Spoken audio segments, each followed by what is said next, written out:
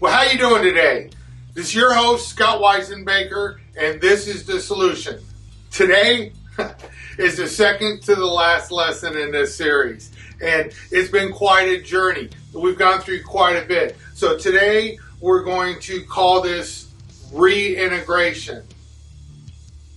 Reintegration is when we're going to go back into the community and we're going to claim a life that maybe we never had before. Now, some of you may have always had everything working well for you on the outside, but my guess is that the majority of you are going to be much more like me, where we go out of jail with the best of intentions, but everything falls apart. It falls apart every time, which is why we always seem to come back to the same behaviors that eventually lead us back to the same place. And after a while, not only do we become comfortable in jail, but we begin to expect it because we feel like it is just a part of our life.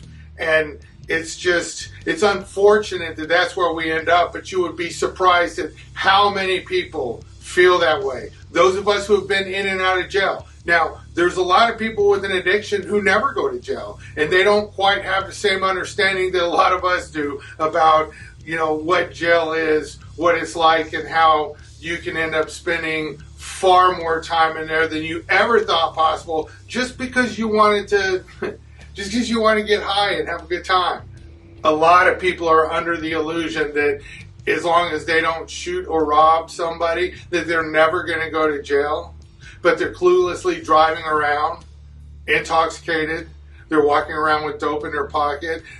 For some reason, they've evaded capture or detection up until that point of the day that it happens. But the one thing that we know is that if we use long enough, eventually we're probably going to end up in jail.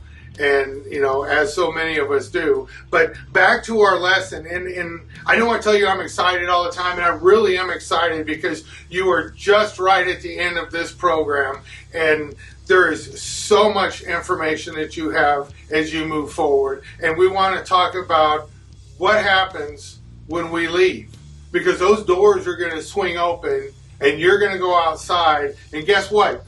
The world hasn't changed at all. It's the same people are doing the same stuff. And it's really easy to fall back into that same habit, especially if our family or the people that we live with are the people who are doing that stuff. It's almost impossible to not fall back into some of those old dope behaviors. And we know now that if we do that, we're going to come back here. We also know now that if we utilize the information that we're putting forward to you in this program, that you don't ever have to come back to jail again. And that's my promise to you, that if you really do this, you never ever have to go back to jail. How do I know that? Because after 42 arrests, the last time I went to jail was in 1995. I have not been back since the day I got sober. It's that simple. We stopped with the dope behavior, we stopped going to jail. There's no mistaking in the fact that I put all of these leadership laws of success at the back of this program. Because we first had to go through the journey of the 12 steps to where we find out that we're going to live in 10, 11, and 12 for the rest of our life. That's going to require us going to a meeting once a week that is our home meeting, and then we're going to carve out a couple of hours for the people that we're going to sponsor and the places that we're going to go carry the message, which is why we spent so much time learning how to do a foundation meeting, knowing how to speak to people, and of course we find out that we have all this information inside of us. And because we went through this 12-step program and things started to change automatically, because the day that we sat down to decide that we were no longer going to behave the way we were behaving, and we were never going to treat people in a certain way, we didn't have to do that because that happens automatically. Remember, if it was up to me to decide that I was now going to become, a different person, I would have never been able to do that on my own. I tried to do that 41 times. And it wasn't until I finally got out and I got in touch with some people who knew what to do, who could get me through the work, so that I never ever had to go back. But along my journey, which differs from some of my friends who have never been to jail, or maybe, they're like, oh yeah, I've been to jail plenty because they got arrested 2 or 3 times. And then they're like, yeah, I had to sit in the county for a while. And you're like, really? How long were you there? And they're like, well, it's like there 3 days. I'm like, 3 days? So you're barely out of booking. I mean, that's nothing. And it's unfortunate that we know that that's nothing, because the vast majority of the population will never have to deal with going to jail for 3 days. But to us, we're like, well, I can just almost hold my breath for 3 days. That's not jail. Jail is months and months and months at a time, over and over, to where now you're starting to count years, not days. That's what happens if we do this enough times. Now, I'm hopeful that people who are watching this, that this is their first time to go to jail and stay for any period of time, and they now have the information that they can move forward and they don't ever have to come back, because we automatically learned how to start changing and realizing. The greatest realization is that the only thing that I can truly control is how I react. I can't control anything else. I can control how I react and how I treat other people.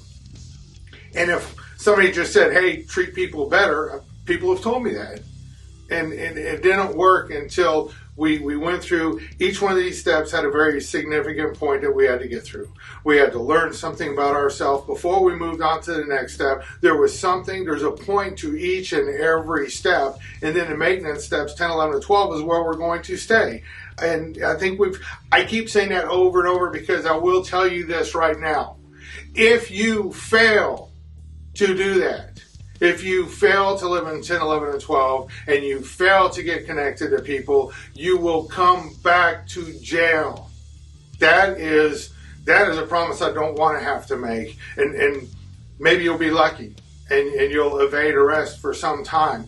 But my point is that if you don't do these simple things, our willpower doesn't keep us from doing dope or drinking. Our willpower is what helps us create habits. And once you walk out, everything's going to change. There is no longer any structure. There is no longer any schedule. It's all going to be up to you. And the proper use of your willpower is that I'm going to engage with other people. I'm going to follow up on the stuff I learned. I'm going to get right to work, and I'm going to start living within my own means. And we spent a lot of time talking about the budget of our time, that the average person has 57 hours of free time, allowing us to travel to and from work and work 40 hours, and allowing us all the time that we need to sleep, 8 hours a night, taking out about 5 hours for our recovery time. That allows us a ton of free time that we need to balance, and we need to do things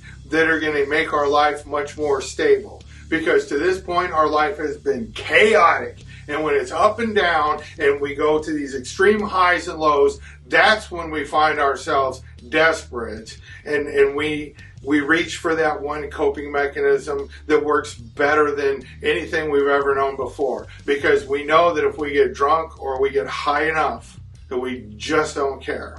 And that's the powerful thing we have to overcome. And we learned along the way that the most powerful tool we have now is the fact that we can save another human life. Because from going through this work, we come into contact with people who are just ready to end their life. They can't live with the dope, they can't live without it, or the alcohol, or whatever it is. And they get to the point where they're just ready to check out. And I mean, they're ready to take their own life. Very often they will reach out and say, you have 5 minutes to tell me why I shouldn't kill myself right now.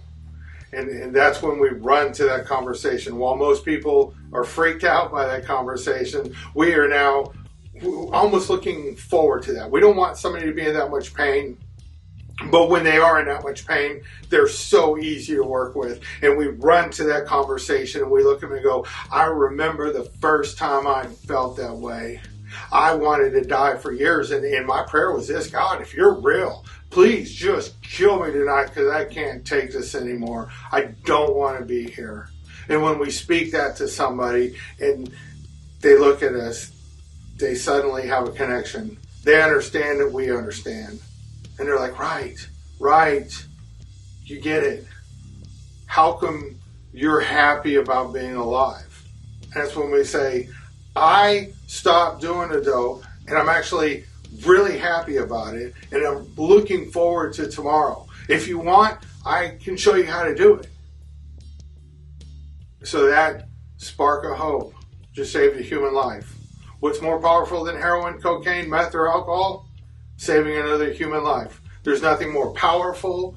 There's nothing more meaningful that we will ever do with our life. And we get to do it over and over. We are now uniquely qualified to help somebody in their greatest hour of need. And most people aren't, but we are.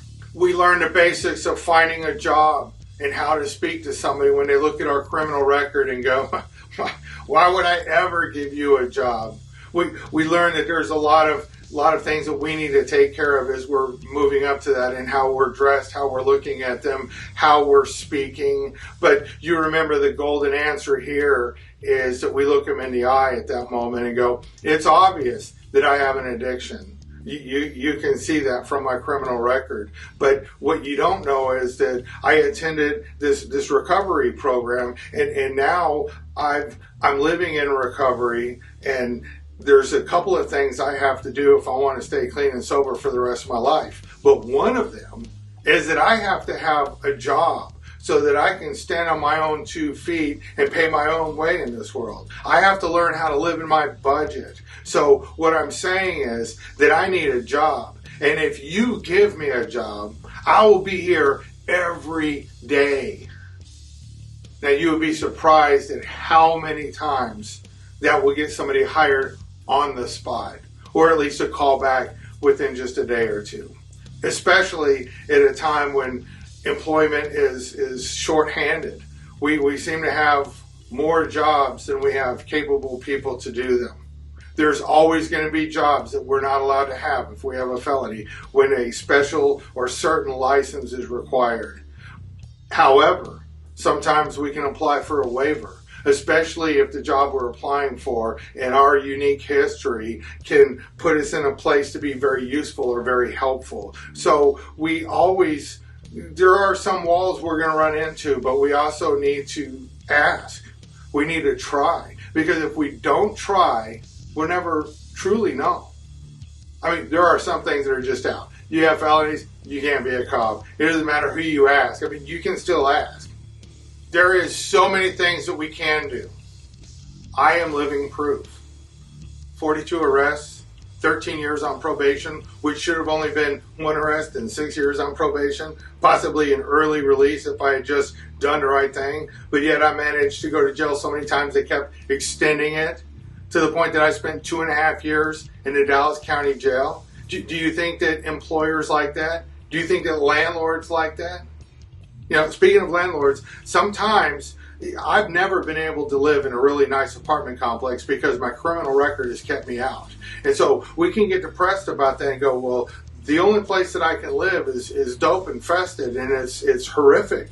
But that's not necessarily true. Sometimes we might have to live, and there is dope around us, but let's be real honest.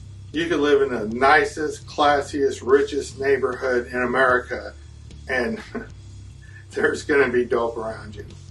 There are no neighborhoods that are free of dope. There is a lot more in some, and sometimes it's very much in the open, especially if it's where we're familiar and we have a bunch of friends, and they just come out and say, hey man, let's go. You've been locked up for a while. Let's go party. If we can avoid that, we want to. But one of the things that you can do is you look for individuals who are leasing out a small house or a duplex, maybe a room, and you get to talk to this owner, and you can tell them the same thing you would tell the future employer. It's like, yes, I do have an addiction, but this is what I've done different. I'm in this recovery program. I go to meetings on these nights, and guess what? One of the things I have to do to stay clean and sober for the rest of my life is to stand on my own 2 feet and pay my own way, which means that I have a job, and I go to my job every single day so that I can pay you it's the same connection that you'll make with that future employer as that future landlord. And some of them aren't going to hear it on both sides, but some of them will go, you know what? I really want to give that person a chance. And they'll be impressed with your honesty. Sometimes they're not. They're going to go, nope, not here. You need to go down the road. And we don't want to get mad. We don't want to argue with them. We just want to go down the road. Because that person may be thinking it over later, or maybe they're speaking to their spouse going, you won't believe who tried to rent the place today, and they start talking about it. And as they're talking about it, they're like, I really did believe the person, and their spouse may go, so why aren't we trying to give them the opportunity? I mean, let's give them the opportunity. So it may turn into yes, but if we run our mouth, and we say, well, screw you, dude, then it's obviously never going to happen.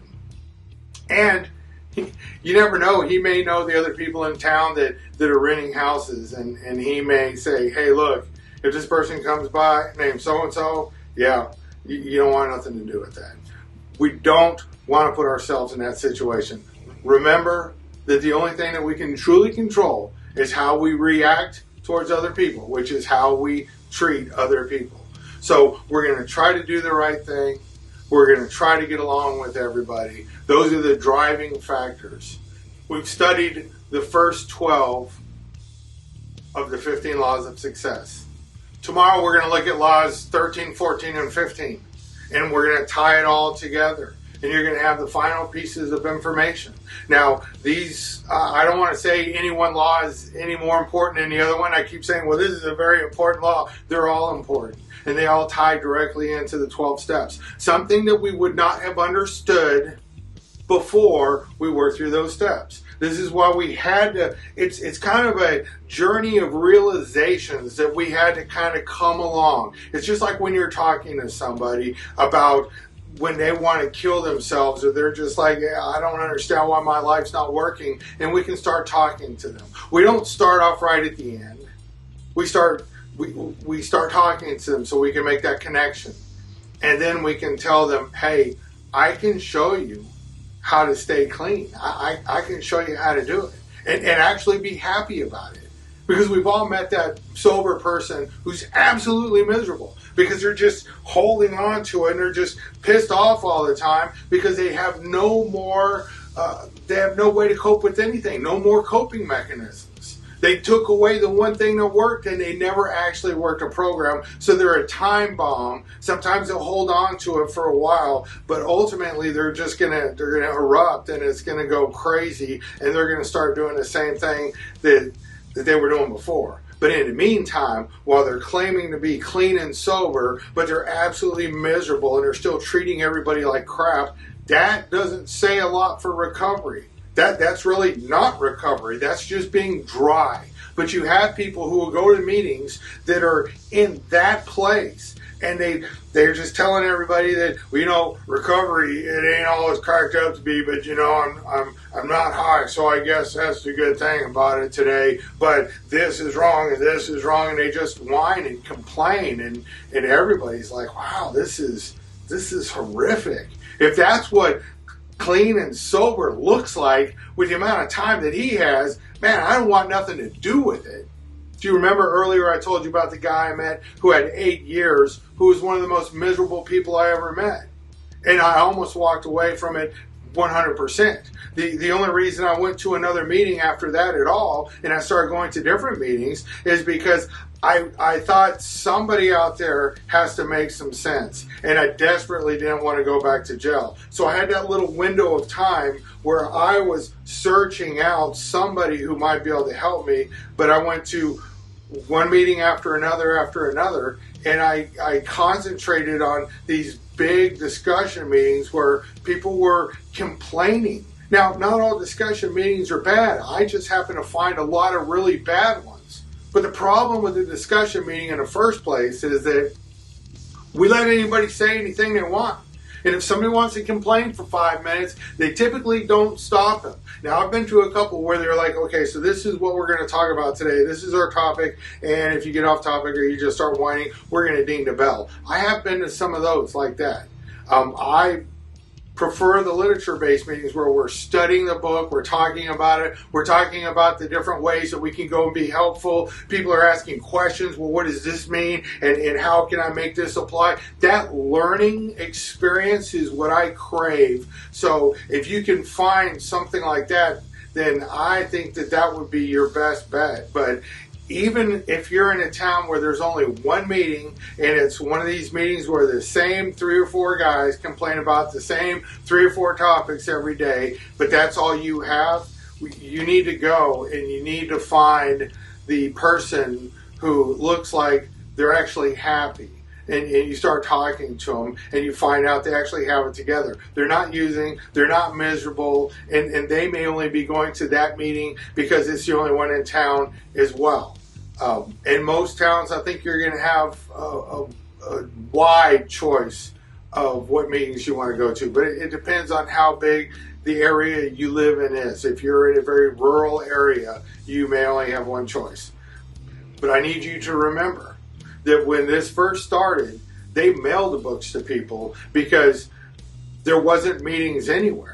And the people would get this book and read it, and it even gave them the instructions on how they were going to start a meeting, because they're going to go out and they're going to find people that they can work with. They're going to find people in the hospitals and in the jails. They may check with the churches and say, hey, you got somebody who's noodles a little loose because they're drinking or using too much, and we start finding these people that we can work with. We work with those people. They start getting well. They're eternally grateful. They want to know what they can do, so we start looking for more people, and then we meet, at least once a week, where we all come together and we study our literature, and then we talk about where else we can go and find more people to bring in, and a group can grow out of you carrying the message and going and finding somebody who is just arrested or in the hospital or any one of these places. It's also why we need to develop a relationship with law enforcement. As strenuous as that may be, as hard as it sounds, it's going to be a little easier than you think it's going to be. Because I was stunned. As I told you, some of my very best friends are in law enforcement now. And that freaks me out, because I used to hate them, because I just thought they were there to disrupt my life and put me in jail and try to make me do things I didn't want to do. And what I really found out is that the vast majority of them, we may not see eye to eye on everything, but I will tell you this: they want us to stop using, sometimes more than we want to stop using, because they know that they're going to arrest us over and over and over, and then they're going to find our body, and then they're going to go tell whoever loves us the most that we ain't ever coming back home. Which also explains why they get so angry with us sometimes when they arrest us over and over. And they're like, you're just not getting this. And they start telling us, I'm going to lock you up forever. Because they're trying to get us to see that our way is not working and we're going to end up dead. But they also have a job to do. And if we, being in a community, puts other people at risk and danger, possibly their own kids, then guess what? They do need to get us off the street. We go to jail because we deserved it. We earned it. We earned our trip to jail. We earned the fact that if they pull us over and they say, I need you to step out of the car and put your hands on the hood while they search our stuff because we've been arrested so many times, we earned that too. You remember, it happened to me once in Dallas, and I was all pissed off, and I was like, you got me standing out here looking like a effing criminal. And he just looked at me and goes, well, you are a criminal. And he was right. He was absolutely right. I earned everything that happened. If it was truly a fair world, the majority of us would be probably doing life because of the amount of times that we committed a felony, which is, in our case, having dope. I mean, if you've had dope on you more than 3 or 4 times, And guess what? If you got caught those 3 or 4 times with a felony amount of dope on you, at some point they're going to get tired of it and they're going to lock you up, and they're going to lock you up for good. Now, the great news is that the entire country is trying to look at this differently. We're trying to figure out how we can take up to 80% of the people that are in the county jail at any given time, teach them the information that we've been going over, and if they just take advantage of it, they never ever have to go back to jail again. We need to stand in front of the judge, and we're going to be held accountable for what it is that we've done. But once we get through the mess that we're in right now, we don't ever have to go back, and they're starting to see that. They're starting to allow people to do treatment over doing a little more time or figuring out a way to incorporate it in there. You of course have some people that say, well, you can't make me go to treatment, I ain't going to do it, there's nothing you can do to stop me. And they're going to say, you know what, you're right, so all we can do with you is put you in prison. But they're starting to look at how we can help the ones that don't want to come back, the ones that want to get out and have some sort of life. If I've done my job at all, then I've pounded home the fact that you wanting to be out of jail for the rest of your life, but wanting to still drink and use, them two things don't mix. We are not the average person out there. We are not the 89% of people in America who can drink at will and not have to worry about everything falling apart. We go wheels off every time. We're that 10 to 12% of the people with an addiction. And that's never going to change. And as long as we wrestle with that idea, then we're never going to be able to be free of all of this.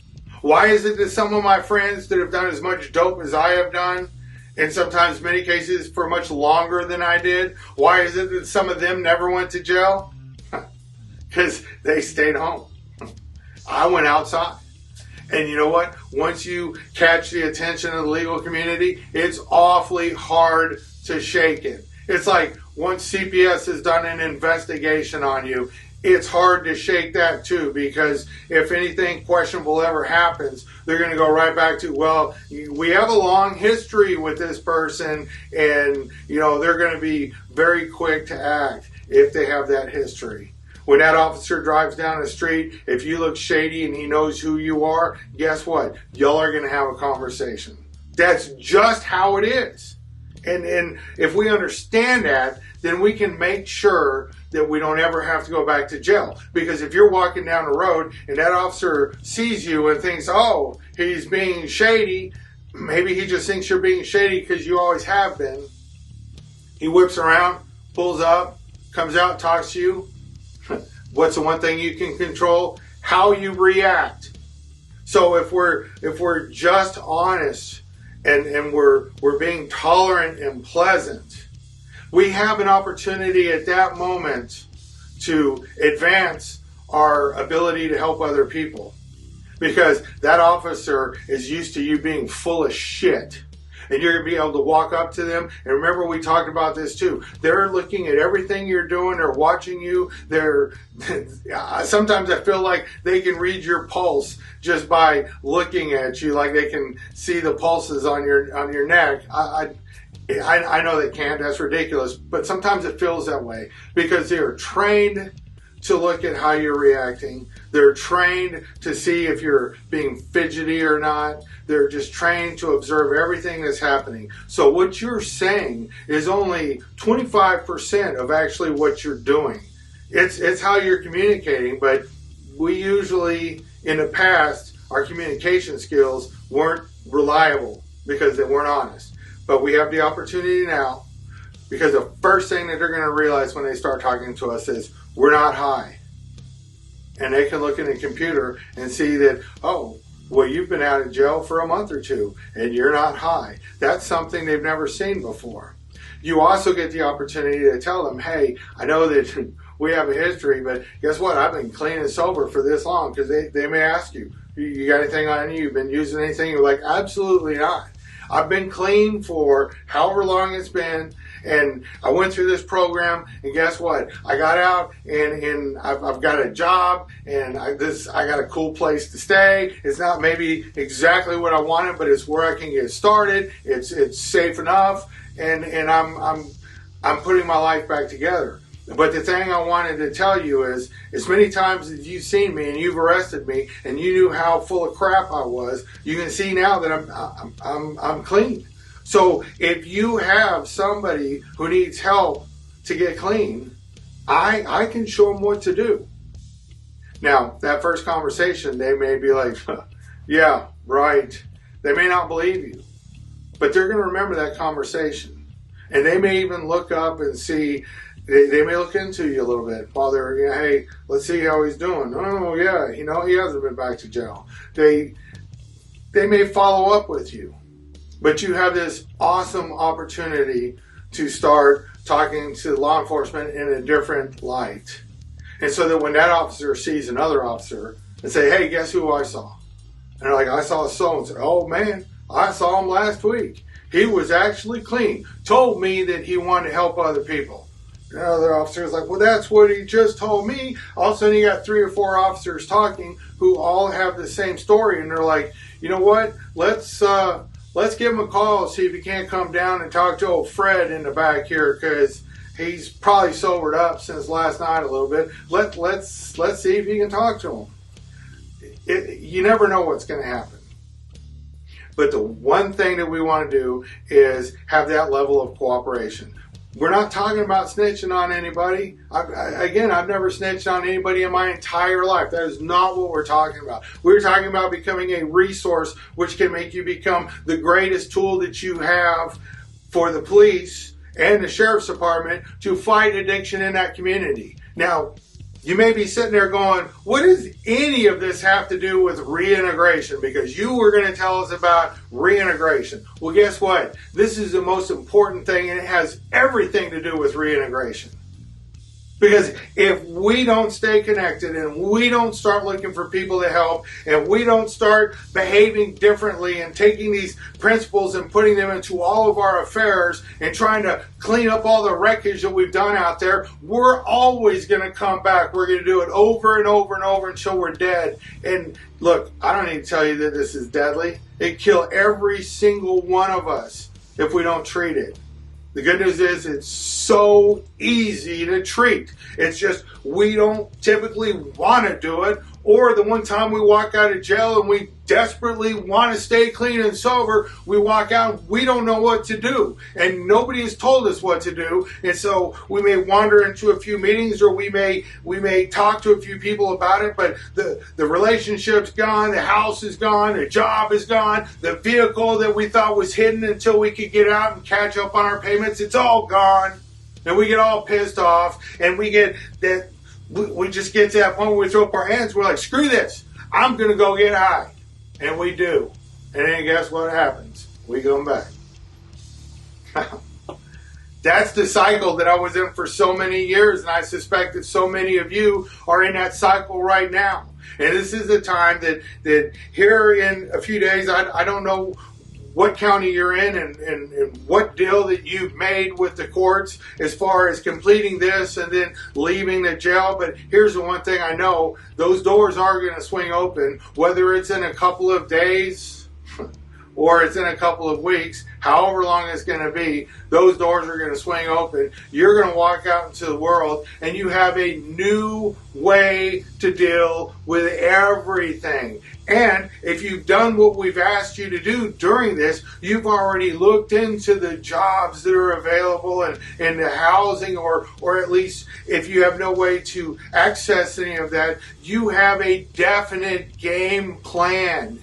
You have the way to stay clean and sober. We've gone over the first 12 laws of the 15 laws of success that are going to help. It helps anybody be successful, but by working those steps, we automatically know how to do this stuff for these 12 laws that so many people find so difficult, like the developing a pleasing personality. Well, that just comes from trying to do the right thing and trying to be nice to people. The pleasing personality is automatic. Then there's different things about, different laws about like accurate thought, the way we learn how to separate information from fact, and all the different studies we've done on that. And we realize that that's nothing more than part of our fifth step, where we get information and we can quickly decipher it. We see what is real, what is not, what is important, and what is not, so we can move forward. And as we continue to practice that skill, and it is a skill, when you're at work and you suddenly can just look at any situation and intuitively know what the right decision is, they're going to be fascinated by you. And people are going to start asking you, how do you always know the right answer? I'm gonna be like, what do you mean, man? I don't know that I've made more than 1 or 2 right answers in my entire life. But this is a skill that's going to happen. And when we take all the information that we have, and then we look at it through our new lens of open-mindedness, patience, tolerance, willingness, we put all these things together, and we look through it in that new lens, and guess what? 9 out of 10 times, the right decision is going to come up. If we truly don't know what the right decision is, we have people that we can call. And if there's a decision to be made on the spur of the moment, and we're looking at what information we have, and there's nobody that can help us at that moment, and a decision needs to be made right then, you're, again, 9 out of 10 times, you're going to make the right decision if you look at it through that lens. And that's going to fascinate people. That will get you elevated at work. That will, if you start your own company, that will elevate you there. Now, I want to talk about our own company for a few minutes, because I've mentioned it many times. There are some of us who have worked for ourselves since we were kids, when we were, whether it was a lemonade stand or pushing a mower around or detailing cars or whatever it is that we could do, that we could make a buck when we were a kid, because we wanted more money. We saw somebody had something that we didn't have, and we wanted some money so that we could go get that. So we figured out how to start making money. And so some of us have this entrepreneurial spirit that's been with us our entire life. Others, it kind of awakens. And we start looking at how we have been able to overcome all these obstacles in our life, even though our life looked like a train wreck. You know, waking up with no dope, having to figure out when I ain't got no money, no car, no job, but still I figure out by the end of the day how to have a good time and just make things happen for me. We have figured out how to overcome obstacles. We have figured out how to do all these different skills that the common person may or may not have. But we don't often think about them as skills. And certainly, nobody out there who doesn't understand us is going to say, oh man, that's a skill. Nobody looks at the guy slinging dope and says, you know, he's got some skills, but as we've talked about and dissected, he is running a multi-million-dollar company with product that he has to get new product, he has to turn the product he has to acquire customers, he has to retain those customers, he has to deal with competition, he has to deal with the regulatory force that is trying to shut him down, he has to deal with his finances. There is so many skills in that. And the average person is go, yes, but he's slinging dope, he needs to go to prison for the rest of his life. And that's how society looks at us. But we need to understand now that, yes, we can't sell dope and we can't take a baseball bat to our competitors, and the regulatory in this case is trying to shut us down, is the police trying to put us in the prison. It doesn't matter what business you're in. There is some sort of regulatory body out there. There's something that is going to govern a certain aspect of your job. Whether you're driving for yourself, whether you are, I don't know, building something, it doesn't matter. There's always a regulatory force. Many times it's the IRS, sometimes it's the EPA, sometimes it's a combination of many different things. In the treatment industry, I have to deal with my city, I have to deal with my county, I have to deal with my state, and when I say I have to deal with them, I have to meet certain requirements, I have to behave in a certain way, and then I've got the Joint Commission, which is the accreditation folks that is not required, but a lot of the really good treatment centers are JACO accredited. That's what the initials we call it, JACO. And they're the people who accredit hospitals. Now, hospital has to be done, but in order for me to enjoy billing insurance companies on behalf of some of my clients, I had to be accredited. And even above that, that accreditation says, hey, we go above and beyond. We have an excellent standard that we adhere to, and it's tough, and there's a lot of regulation for somebody who works for himself. And then speaking of a nonprofit, then I have that whole thing to contend to. I have a board of directors that I have to answer to. It's just, there's always going to be somebody who is over you that we have to answer to. And that could be your customers. That could be where you buy the products that you're going to sell, or where you obtain your raw materials, or it depends on what business you have. But some of you have always wanted your own business. And with these laws of success and the last couple that we're going to go through tomorrow, very important, you cannot miss this, especially if you're an entrepreneurial person, because there is one of the laws in particular that well, all of them, you need all three of them, but it's some really important stuff. Just because we're sober, just because we're being nice, not everything is going to go our way. There's going to be doors closed on our face. There's going to be people who say horrible things about us that sometimes we have to remember we probably earned that when we're out there being stupid and doing a bunch of nonsense. But in any case, there's going to be things, people are going to be horrific sometimes. There's going to be things that are not fair. But there's nothing anywhere that states that fair is a right, that fair is going to exist in your life. You know what we have? We have the ability to make things better for ourselves and the people around us. But fair, remember, fair is probably most of us doing life for all the dope we've had that's run through our fingers and through our bodies. So let's leave fair out of it. Let's also think about how people are going to talk to us in a manner that we don't like, that we feel threatened by it, or we're disrespected. I just can't think about how many of us go back to jail or jeopardize our freedom of what we say next or what we do next when somebody is disrespectful to us. Sometimes they call us horrible names. There are people who use all kinds of racial terms, and they're really awful people, and they're trying to get a rise out of us. Why would somebody use a racial slang? To piss that other person off. Because we're in a day and time where nobody's going to go, oh, that's offensive? Oh, I'm so sorry, I didn't know. That's...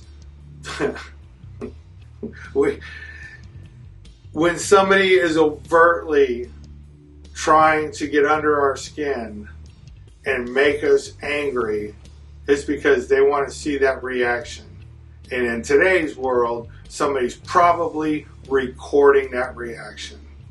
Remember when we talked about how if somebody comes into our business and they're overtly offensive and we chase them out the door, and the person out there on the sidewalk with the camera or the phone is recording everything, they didn't see the awful things they said to me inside my business. The only thing they saw was me running out of the store, shaking my fist, screaming and yelling and cussing and threatening somebody, possibly doing a beat down on somebody. And then my business probably gets ruined because everybody's like, good God, look at this. You say the wrong thing in this man's store, he's going to take you outside and beat you up. Or I go back to jail, which I earned if that's what happened. We can let stuff go without being a doormat. When we did our fifth step and we understood why we react the way we do, why we get so mad about things, all of a sudden we can see things for what they are. And if somebody is just trying to get a rise out of me, now it's hard, because we still get pissed off. And sometimes we do it all wrong, which is why we live in 10, 11, and 12, because you're going to say the wrong thing, you're going to do something stupid, and hopefully it's a one-time event that doesn't land you back in jail. But we're going to say the wrong thing. We're human, we're fallible, we're never going to be perfect. And when I say one-time event, I don't mean that you just get mad one time. I mean that you react really poorly. Because I promise you, somebody's going to say something or do something, and you're going to react really poorly. And then you're going to have a chance to clean that up. And hopefully that when we do that, when we just lose our shit, hopefully that's a one-time deal, because that puts us in danger for relapse. When we get in that heightened sense of anger, or we're emotionally compromised in any level, of any way, that we are at a huge risk at that moment for relapse. Contrary to belief of some people, that we start thinking about, well, I'm starting to think that I'm going to go use on Tuesday. It's usually a split-second thing. Something happens, we lose our shit. Before we know it, we're drunk or we're high. And we're sitting there going, how in the hell did this happen? And you know what usually happens? For me anyway, about the time I'm sitting there going, what have I done? How could this happen? That's when the police lights show up. And then they see me and looks like nothing's changed. It's like the same thing they've always seen, exactly what they expect. I'm emotionally compromised, I got dope on me, and at that point, there's no sense of saying, hey, but I've been clean for a little while. That is business as usual. That is me doing the same thing and going back. All what? Because somebody said something really ugly to me? See, this is what we have to think about, and this is the hard thing to think about, is that if somebody's really ugly and says something really horrific to you, and they just, it's just that you think that person is such a bad person. And yeah, there's something truly evil about the person that knows that if they poke at us and poke at us and poke at us, that we're going to lose our shit and probably get high. And then they can sit there and go, you see, I told you. What we need to think of is that when that thing happens, we can react like we always have and get what we always have. And then you're going to be sitting there thinking, if we can get past the justification of it, remember that righteous justification? Well, I was right, I don't care, you say that, this is what happens, I don't care. Well, right, there's a lot of people in a penitentiary who are serving life who had that same thought. And, oh man, I ain't dead. Okay, I get it. I want to be free. I don't want to go back to jail. I want to be able to do the things that I want to do. I want to do the things with the people that I want to do it with. I want to have a life. I want to have a life where I'm not a doormat. Somebody says something stupid to me, and somebody else hears, and we think, oh my God, they're going to think less of me. When we did our fifth step, we understood that, about how we act a certain way because we have a certain reputation. We want everybody to look at us a certain way. And now somebody's challenging me. Maybe it's a guy who's called me a bitch, and I'm thinking that you can't call a man a bitch, and now I got to fight you. It doesn't matter who wins or loses. This is where I was for so long. But now, because I did the work and I can see things clearly, I suddenly understand that, wow, this could send me back to jail. And if I go back to jail, it's a numbers game, because it could be the last time I go back to jail. Not because I start doing the right thing, because they keep me for the rest of my life. Because I've proven again and again and again that I am not to be trusted in the community. So if somebody calls me something ugly and I go out and I beat them down and then that's it, and I have proven to everybody, including the judge, that I am not to be trusted in society, they're going to fix that. They're going to make sure that their kids and everybody else's kids is safe, because I am not to be trusted. And they're going to put me away for life. Maybe I'll make parole when I'm a really old man. And if I step out of line at that point, it'll be like, I guess you just need to finish up inside. It is 100% up to you if you want to go back to jail or not. I think we all say as we leave every time, I ain't never coming back here again. But inside we kind of know we are. But you now have all the knowledge to be successful. If you're going to start your own business, man, there's nothing cooler than being able to work for yourself. But it is hard, and you have to have follow through. You have to be willing to move forward no matter what, no matter how scary things are, no matter how just beat down you're feeling, because it's not as easy as you thought it was going to be. Consistency, moving forward, going back to work. You know, I work Monday through Friday because that's how I set it up. And the great thing about when you start the organization, you get to decide when you're going to work. Now, you need to work full time. You need to tend to your business. And you may just be working for yourself with just yourself, but you might get to that point one day to where you really need people working for you. And you start hiring other people. And, you know, we talked about this. You need an attorney and you need a CPA. A different kind of attorney than the one you're used to having. Not a criminal attorney. You need an attorney that can help you if you need to make contracts, if you need to, you know, you just need... If you're developing a contract for your customers to sign, let an attorney draft it for you. It's going to cost, but better safe than sorry. I always want to make sure that I'm protected. So I check with my attorney, he draws up my contracts, and I check with my CPA to make sure that what I'm doing is right and I'm not going to get in trouble, and the IRS ain't going to come and go, oh, you made a mistake there, buddy. You didn't file this, so you owe us all this money. I don't want that to happen. I don't want anybody to shut down my business and take it away. It's hard enough as it is. But you have to have the tenacity to step out there when maybe everybody else says you can't do it. And you can step out there. You have the skills to make it done. You have to have the follow through and the consistency that no matter what they know, yeah, check it out. That's what they do. They've been doing it that way all along. That's how that is. When people start looking at you like you always have the right answer and you're always punctual, you're where you're supposed to be, you're polite to people, you just see things that some people don't see.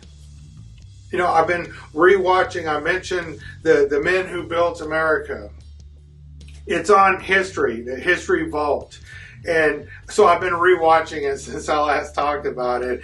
And it is fascinating what some of those men understood. Now, some of them were pretty brutal, and a lot of what they were doing back then is now illegal, and it's illegal because of the way they were doing it. This is how a lot of labor laws happen. When Carnegie Steel in Pittsburgh ran into a tough time and there was this big labor dispute, it got ugly. His main guy who was running it for him, his name was Fisk, he hired the Pinkertons, which at this point were paid mercenaries. They were like a private army. They used to, you know, guard a railroad and go find the people who robbed railroads, because you're out in this vast country and who's in charge. There was no jurisdictional issues. You know, it was just out in the middle of nowhere. So they hired the Pinkertons.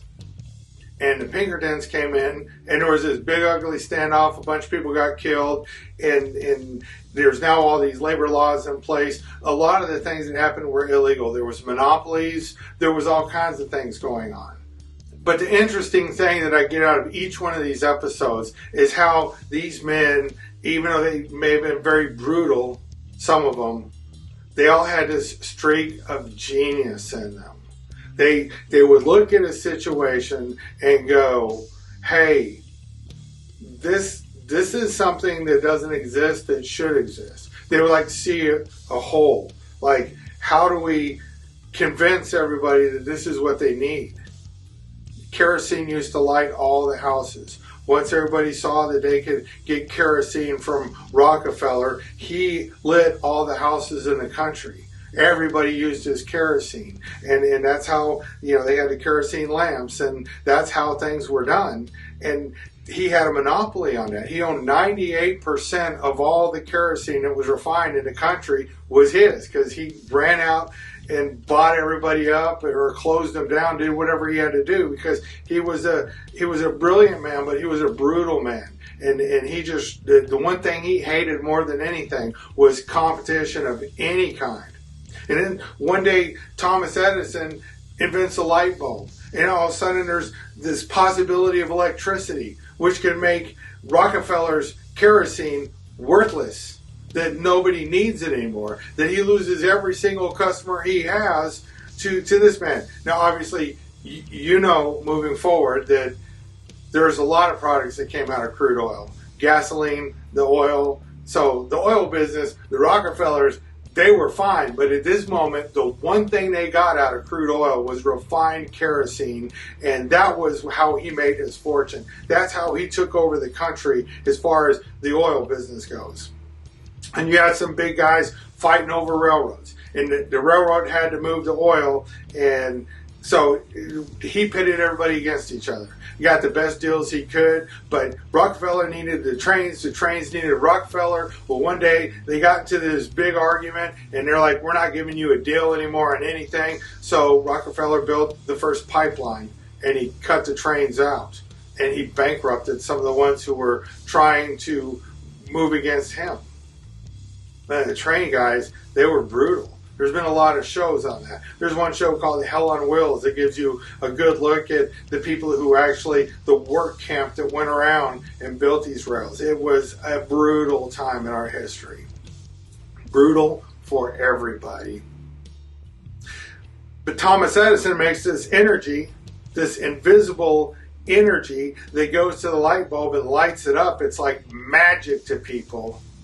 And so it looks like he's going to take over everything as far as what Rockefeller was in charge of. And then Tesla, a guy who worked for Thomas Edison, Nikola Tesla, he steps out with a different kind of electricity, because Tesla says, hey, with an alternating current, AC, we can transmit power much further, and I believe it's much more effective, whereas Edison was using direct current, and it didn't travel as far. For direct current in New York, where Edison lit up half of Manhattan, each power station could only light up X amount of homes.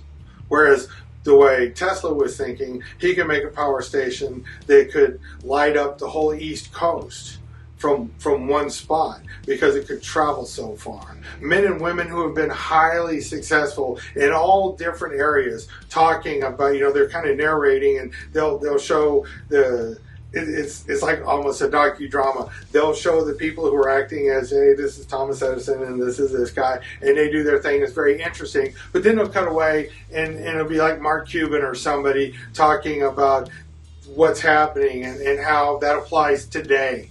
If you get the opportunity to watch this miniseries on History Vault, what I want you to look at is how each one of these men were able to see a need, and a need that nobody knew they needed it because it didn't exist at the time. And so they went in and they figured out how to fill that need in a way that everybody could see it and go, oh my God, I need that. Before kerosene, nobody had lit up houses at night. When it got dark, it got dark. Then there was kerosene. Then there was electricity. And that took over. And it was something that nobody even knew what it was. And these men brought it to the market and figured out how to get it everywhere. Same with automobiles and airplanes, the internet, the laptop, mobile phone, the iPhone. My iPhone has more computing power than the first rocket that we sent to the moon, and you hold it in your hand. It's amazing what has taken place in just the last 100 years. And to understand it now, we've just become accustomed to it. People used to be amazed when the lights came on. They flipped the switch and it's like, oh my God, it's like magic. We pretty much understand that now. We understand that cars can drive long distances. We understand that planes can actually get in the air and fly around the world. We understand that we can go to the moon. We understand all kinds of things that just 200 years ago, if you had mentioned, they would have thought, man, there's something wrong with that guy. He's talking about flying to the stars and magic lights and horseless carriages that are just going to carry us. They saw a need, they met it. So if you're thinking about doing a business, you need to look at what is missing. Maybe you're not going to invent something brand new, but if you're in your town and there is 17 stores of what it is that you would like to do, well then maybe there shouldn't be 18. But maybe there's something that's missing. That there is a need in your community that is not necessarily being filled, or there's not enough capacity for the need, meaning they could take another store. There's not just one McDonald's in my town, there's probably 8 of them. Why? Because one wasn't enough to feed everybody. There's 8 of them. They're scattered about in different spots. Some of them are right down the street from each other. Sometimes you see them across the street from each other. But the point is that if there wasn't the people or the demand, then there wouldn't be 8 McDonald's.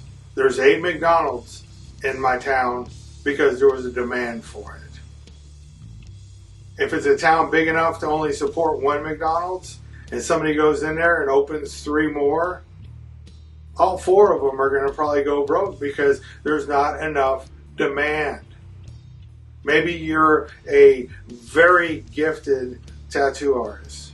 Maybe you picked up your skill while you've been in jail or perfected it. Maybe you've never taken the time to go and work under somebody else as an apprentice to earn your stripes, basically. And then you get your license from the state that you're in that allows you to do it, so that you're not just a renegade tattoo guy in the house somewhere that's not licensed. And there are plenty of people that do that. But maybe in your town there just isn't a good alternative for people who want to get a tattoo because they become very mainstream. And if we look at tattoo parlors, some of them, we may feel comfortable in them, but the typical person may not feel comfortable in it because it's scary to them. The people that are there, the music that's playing, the decorations, there's like heavy metal and skulls, and it freaks out a lot of people. So maybe what the town needs is a clean tattoo shop, something that's friendlier, because now so many, as we said, it's mainstream. A lot of people are getting tattoos, and so maybe we have an alternative that just feels safer. Kind of like when they started opening up nice, family-centered travel stops as opposed to the typical truck stop, because that could have been intimidating for a lot of people. So now we have this family. Like we talked about Buc-ee's here in Texas, and I understand they're in several states now. We have 96 pumps, and I don't know how many square feet that building is, but it is huge. It is huge. You can buy furniture, clothing, food, all kinds of food, prepared food, not prepared food, meats that are ready to be smoked. They've got hundreds of types of candy and beef jerky, and they got 100 stalls in the bathroom, which sounds ridiculous, but it's amazing. You never have to wait. It's always clean. There's always a stall open. It's nice when you're used to going to a crappy little gas station where the bathroom looks like where people shoot dope, because it is, and it's just disgusting and filthy, and you're like, oh, I don't want to touch anything, and you're like, don't touch the lid. You take your foot and you lift up this guy. Maybe that's just me. I go into one of them nasty bathrooms. I don't want to touch anything. I want to hit the flusher with my boot. I don't want to touch anything, not unless I absolutely have to. You walk into a place, there was a need for something like that, for families to stop by where the bathroom was plentiful, because everybody who's pulling in off the road, they need to go to the bathroom first. And if there's a line outside, you're like, oh my God, oh my God, oh my God. It's clean, it's plenty of space, and then you can pick up food and snacks and whatever, get your fuel. It was a need, and it's been filled by many different people. But that's the point. You don't have to be an inventor to be an entrepreneur. You just have to look at what's necessary and figure out how you can make that happen. Like if it's necessary for another business doing whatever it is you want to do in your community, then that is an opportunity. It is also an opportunity to get out there and let people know, hey, this is what I'm doing and this is why you need it. Depending on what industry you're in, there's a bunch of different ways to do that. But it all is going to bank on these 12 steps and these 15 laws of success. You being able to reintegrate into the community is going to be that you have paid attention to everything we've had to offer you, from how we find our housing and our jobs, how we're going to deal with everything that is out there. Because there's a lot of people outside who don't believe you can make it. There is going to be some people who are rooting for you to fail. And I don't know why it has to be that way. It just is. Now, we don't want to come out and go, screw you guys, I'm going to make it. We just want to come out and be consistent and be nice. And then we can carry on with our lives. And we can just do it. And I promise you, your critics will fade. There's always going to be somebody who doesn't like you, but we don't have to let them occupy space in our life or in our mind.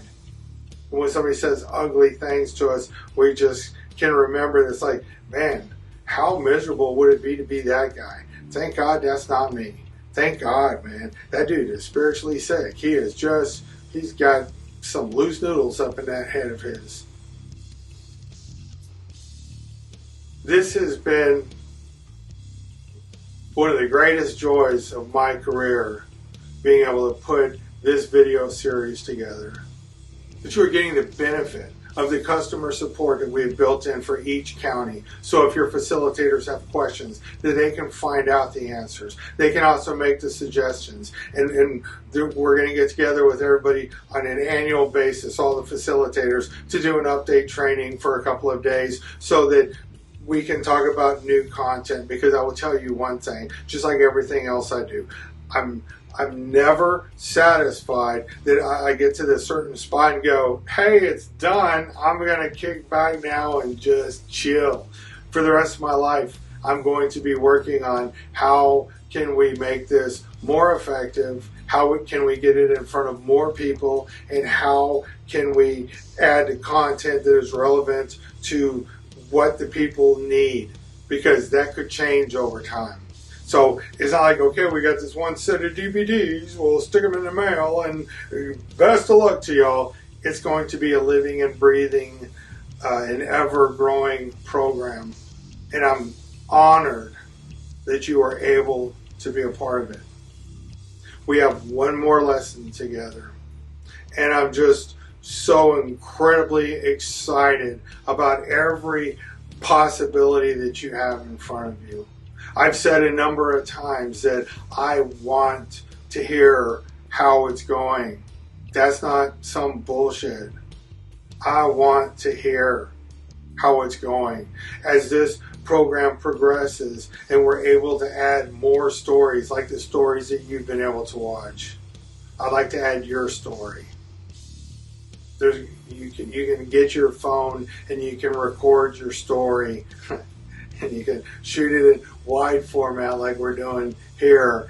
And I want to hear from you. I want to get those stories. I want to be able to take them and possibly put them right into this curriculum so that people across this country, that you become part of the voice that they hear, that they can see it over and over with all these different people. This weekend I was with a friend of mine, the Captain Davis from the Sheriff's Department, and I was over at his house, and we serve on drug court together. We work together to make this program. He's actually on the board of my nonprofit organization. But there's a girl that we put in drug court, and I saw her mugshot one day, and I was just devastated when I realized she was 26 years old in that picture. And I went back and I looked to see if there was earlier mugshots. Because the kind of charges she had like 3 big felony drug charges. And I'm like, so this probably ain't her first rodeo, especially looking at her mugshot. She certainly has been caught before, and she had been. And I saw her first mugshot from when she was 22. And here is this young, beautiful, blonde woman who just looks like anybody's daughter. She just looks like she looks like a young, blonde 22-year-old should look. And then 4 years later, here's this woman who looks like she's about to die. And I like, oh my God. I couldn't believe she was still alive and that she deteriorated that fast. And it was heroin she was doing. So I ran down there to see her at the jail. I missed her, but I knew she was going to be back. So I went to go visit her when she came back, and I was able to talk to her and ask her if she wanted help. She took our help. I think most of you were able to see her story that we've added into this, Amanda. And so she came, long story short, she came into drug court. And she took advantage of everything we had to offer her. She left when she graduated from drug court and carried on with her life, and kept in contact with me. This weekend when I was with Jeff Davis, she sent us a text message thanking us again for giving her the opportunity, but she made the dean's list at college. Something she never ever thought she would do with her life. Something her father had hoped that she would do, but gave up a long time ago and was just trying to keep his daughter alive and out of the penitentiary if at all possible. Knowing at that point, from her father's point of view, is that she would have been safer in the penitentiary than on the streets. And as a parent, that's a hard thing for us to understand. Sometimes they're safer, almost always they're safer in jail than on the street. Even though it sucks being in jail, as we all know, sometimes our parents, our family, they're at peace because they know for the moment we're safe. Yeah, so no, at some point we're going to get out. So for this girl to send us a text message showing us that she made the dean's list, she took a picture of the letter that they sent her. Congratulations, your academic achievements have earned you a spot on the dean's list. This is a girl who figured she would be dead at any time. Hell, I figured she was going to be dead at any time. She has multiple felonies. She was looked on very poorly. She had destroyed what reputation she may have had as far as being this sweet little innocent girl, and she was a problem. And you knew it the second you laid eyes on her. You knew that she was a problem. And now she's got the whole world at the tips of her fingers. She's going to school to hopefully become a lawyer. She also wants a degree in psychology. Now, there's some uphill battles with that.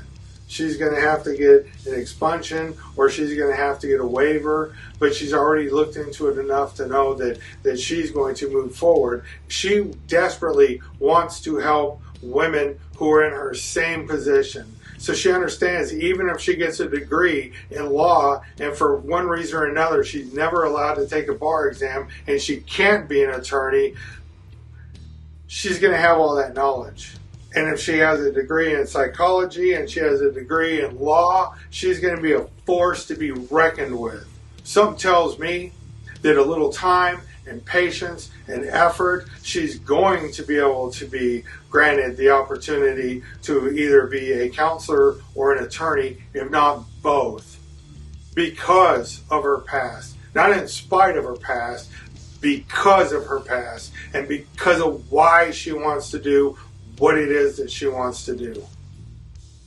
That teamed up with some good old-fashioned sobriety and a strong program and a good work ethic, and then people from the community who will write letters on her behalf. Me. You see, I can't write a letter for just anybody. I can write a letter for somebody who I personally know and have personally seen them come through this transformation. Captain Davis, our judge, the probation officer that's part of drug court, the prosecutor, our whole drug court team, we all got together and wrote a letter so that she could get accepted into college. And we'll all get back together and we'll write letters so that she can move forward with the career that she wants, because we see a redeemed person. We see somebody who came out of jail and reintegrated into the community, remade. You see, reentry is a funny thing. There are some reentry programs that are focused only on how you can put together your resume, and when things get all right, that you can get to work and maybe think about recovery. Well, we address all of that while we're still in jail, and then reentry is simply you're going to go back into the community and you're going to do things different. There are a lot of resources out there for you, and there's some great reentry programs. But for some reason, there's either a reentry program or a recovery program, and they're not necessarily combined when they should be. Because if 80% of the folks incarcerated have an addiction, then what are we doing having reentry programs that don't address addiction, other than saying, well, you just need to go to some meetings and you need to do some step work. We need to, this stuff is too important to just, to not grab a hold of it and make sure it's done the right way. I'm not saying anything bad about any other recovery program or any reentry program. I'm just saying that I noticed a void in our county jail system to have a program like this that combines recovery and it combines reentry. Because my research, at least in this area, I don't see them being combined. There are some brilliant reentry programs, but reentry it should be a broad term. It should include your housing, it should include your career focus, and it should include your recovery. It has to include all of this. This is why we've spent so much time looking at our budgets, talking about how we're going to deal with landlords, talking about how we're going to deal with the public in general, how we are going to deal with law enforcement. All of that comes together to make us who we are. How do I know about walking out of jail and putting everything back together? Because I walked out of jail 42 times. I was always able to find a job. I was always able to put certain things together. But because of my addiction, everything always fell apart. I cannot wait for tomorrow's lesson. It is like putting the final bow on this 90-day journey that we've done together. I'm absolutely serious about wanting you to submit the stories that you have. The story of how you maybe went through this program, what your thoughts were about it. Maybe you looked at it and you thought, I ain't gonna listen to this guy. Maybe you were desperate and you ate every word that came out. I want to know how things went when you got out. I want you to document it. See, getting an email where you're telling me how cool everything is, that's awesome. But if you're willing to document it, then we can share that with the world. And the reason we want to do that is because somebody's going to be watching this, and it's going to be your testimony that they go, damn, and it's going to click.